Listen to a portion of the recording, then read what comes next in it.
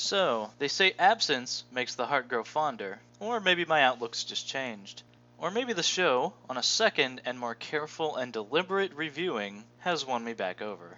I'm feeling about the opposite of the way I did when I decided to drop last time, so hey, welcome back to my ruminations on Arpeggio of Blue Steel. The all-seeing eye of the plot has swept across the show like Sauron searching for the One Ring of Power. However, the plot has a different target, namely, important characters that are in a state of rest or having positive experiences. Is that some power of friendship I see over there? Attack! Actually, this may be the first thing Darth Malik might have done that doesn't make me want to literally die. So hey, although I guess it's still in line with his desire to get as many humans killed as he possibly can because, yeah. Good luck with those fog battleships, guys. Once again, I smell promotions all around. Episode 6, Arpeggio of Blue Steel. Hey, episode titles are hard, okay? Oh, or is it called Friend?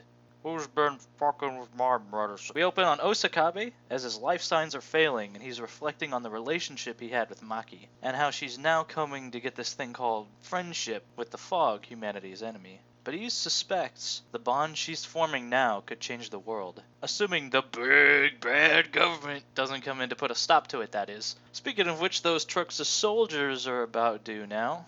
You know, it's kind of weird. A story about humanity pushed to the brink by huge AI battleships still manages to feature the big bad government as an antagonistic force like nearly half the time so far. Then again, the show about humanity pushed to the brink against huge zombies eventually winds up deep in big bad government land too, from what I hear, so what the fuck ever. Osakabe says his final goodbyes to his daughter, even though she can't hear them, and then he fades away. With that, we cut to the show's opening, complete with little hints about what we'll see through the episode. Nothing really to say about that anymore. So I guess I'll take this chance to say, well, look, one of the things I like is when the opposition to the protagonists is understandable. Reasonable is even better, and this might be a case of that too. Yes, the state-sponsored murder of a child is something I'm about to end up defending. It's really quite simple. She knows how the only weapon that can get through their shields works. If she's taken back to the fog, then there's every chance that they'll learn how to negate it. It's not a good choice. In fact, it's every bit as evil as if they were just doing it because robot girl. Or if she was just some random girl in some random village in, oh, say, China. Nanking, maybe? But from the perspective of Kamikaze, and yeah, I'm gonna just keep fucking his name up, it is a reasonable, terrible thing to do. And who put humanity in such a desperate position? Cut off, backs to the wall, out of resources, out of options? Oh yeah, these fuckers. Now with that said, Haruna's reaction to the soldiers trying to negotiate is also perfectly reasonable and sympathetic. Hey now, no need to fight, we just want to murder the kid, not you. Not usually gonna win you very many speech checks with anything that has a soul. So she's raring for a fight, showing real emotion here. The only other bit of analysis I really have for this is that, well, it doesn't look like much of a fight. Rather than wiping the entire cliff face off the map with enough bombs to dig all the way down to hell, just in case, the military has decided to send in troops with personal weaponry against the fog, who are OP and run on bullshit anime magic. I don't care if these mental models don't have their ships. It's clear the CQC variant will do just fine. All I'm saying is, it's difficult to have tension in this sort of a battle scene when the power levels are at such a mismatch. Even if you don't feel for these poor fuckers because they've been sent here on such an abhorrent mission, you must admit it's a pretty daunting prospect. Haruna's about to give them the usual fog business when Maki intervenes. She doesn't want anyone to get killed. She's figured out basically the whole situation, you know, child genius and all that. So rather than toss their own bullets back at them, Haruna just gives the soldiers some barrier bitch slaps to get them to back off. When she admits she's a mental model of the fog, Maki runs off to think, but there's not really time for that now, it's kind of bad timing. The plan is simple. Haruna is going to draw their attention, while Kirishima slips out with Maki and keeps her safe. While it's clear for Haruna that this is more about the emotion than the orders, Kirishima's development is lagging a bit more. But hey, she was kind of more of a jerk to begin with. Haruna can even make a decoy Maki out of nano machines, son. Escaping out the front, she effortlessly knocks out the soldiers that are around. When that helicopter overhead spots her and sends a hail of chain gun fire her way, she blocks that with barrier shields, while at the same time using nano machines to grab a grenade off a downed soldier and toss it up to cripple the helicopter and force it down. That is both creative and badass. It is sad, though, that in this, what's theoretically an ideal situation, fighting fog models on land with numerical advantage and with them being burdened with an extra objective to protect, that humanity still can't lay a finger on them. It's like how the vibration torpedo was made by basically a robot girl, or how Iona is the only hope to defeat their fleet. We get a scene of Kongo and Maya talking about the situation. They literally say what we already know and what I've already said. The only reason I even acknowledge the scene's existence is because Maya says it's a pretty cruel thing to do. Get fucked, Fog. You just know this is some kind of both sides are really the same angle or something down the line. Please ignore who probably started this war. And please ignore who fanatically carried it out, despite being so far superior as to never be in any form of danger at all. And who indiscriminately bombed civilians and probably killed a number of children or families that's greater than one. I'm not saying, I'm just saying. While Maki and a grumbling Kirishima sneak out the back, Haruna is about to start killing for real, then remembers Maki and friendship and stuff. Effortlessly disables all the soldiers' guns. Just does. Normally I'd go on and on about how this proves my point, or even just how can she do these things. But hey, it's character development, it's fine. Especially since Haruna then reflects on the hundreds she's killed and how it's never mattered to her up till now. And you know, she has like a character moment and stuff. I'm all for that. Oh, god damn it. Really? It's right now? Well, welcome to the shot that caused me to drop Arpeggio the first time through, everybody. No, really. Corporal, what's the status report on the aberration? I don't know, sir. I can't see through this fucking mask.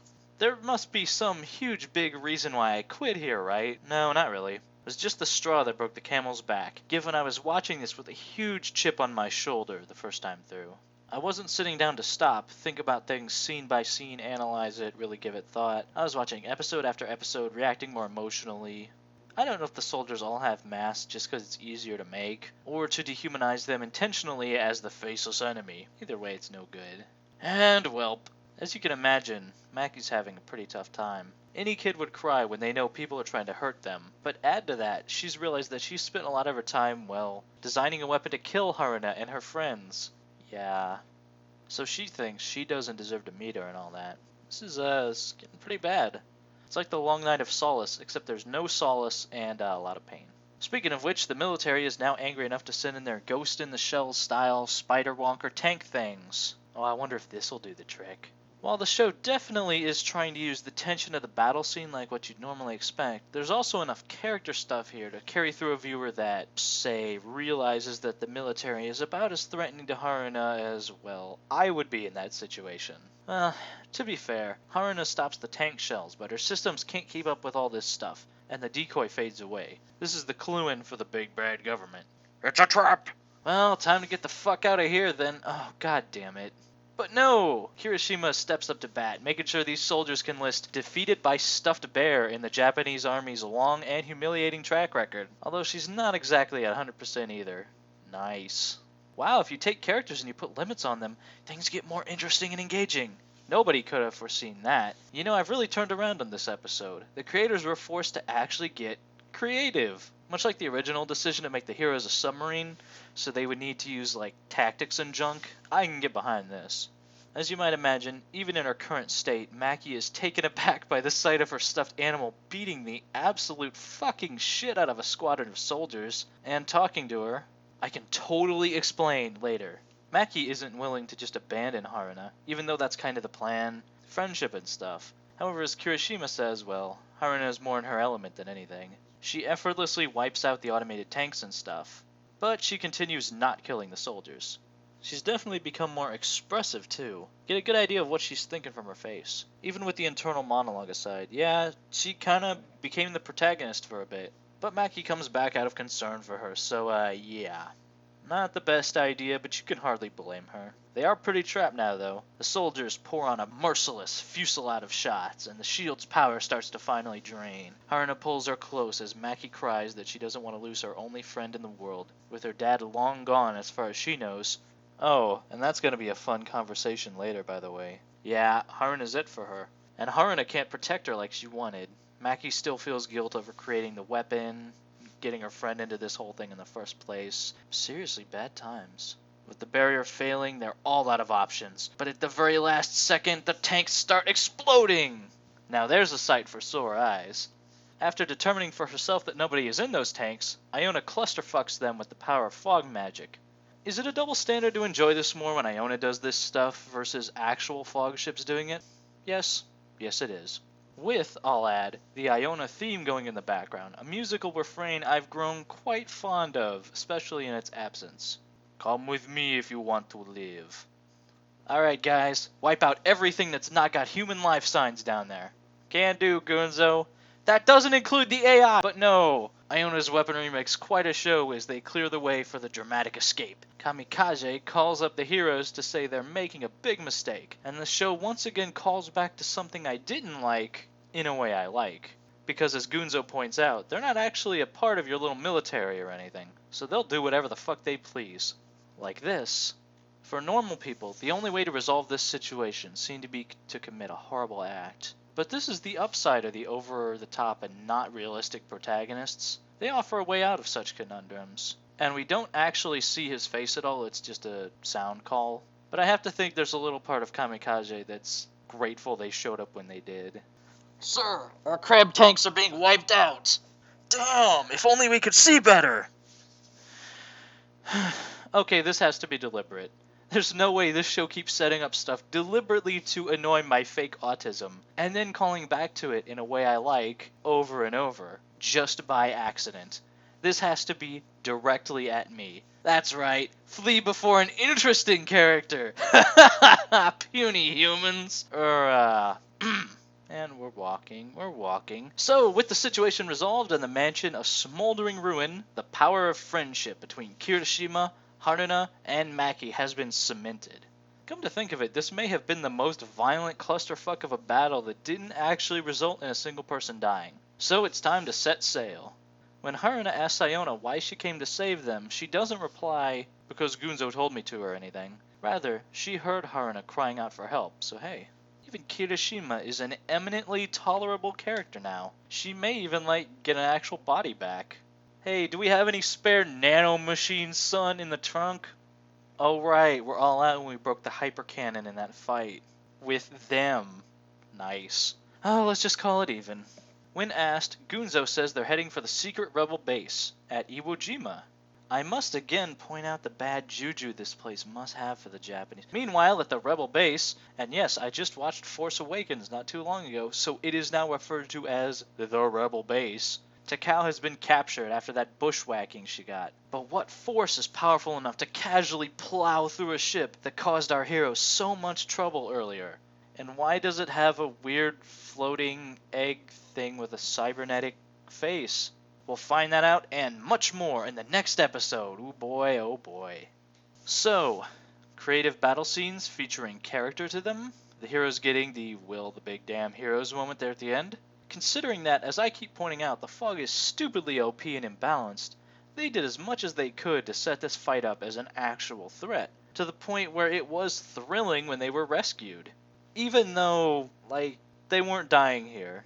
Killed by random mook soldiers in episode 6 is not the fate of characters with this tier of importance to the story.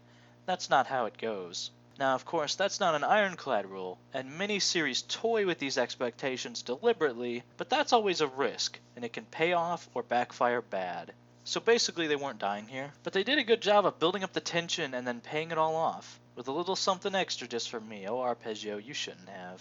Considering this had all the elements to be a real bothersome episode, like humans powerless before the infinite nano-dick of the fog, the big bad government, and just in general the idea of land warfare in a series about ship girls and all that, I think they did quite well. I'm left with a very positive impression of this episode.